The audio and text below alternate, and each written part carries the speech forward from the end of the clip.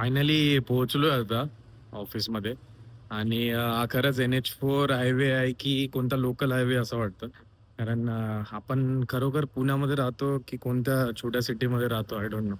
आणि थोड्या दिवसात मला वाटतं आपण बंगलोरला तर नक्की ट्रॅफिकमध्ये हरवून टाकू. कारण एवढं traffic I don't think so traffic हायवेला असेल बंगलोरच्या सिटीमध्ये. ठीक आहे, मान्य करू शकतो, पण ट्रॅफिक एवढं, ते पण हायवेला, बापरे. ऑलमोस्ट मला 1 तास लागला, जे 15 मिनिटाचं डिस्टन्स आहे बाईकसाठी. आणि त्यासाठी मला 1 तास लागतो. तर फोर व्हीलरची अवस्था बघा काय होईल त्या हायवेवरती. डिफिकल्ट आहे.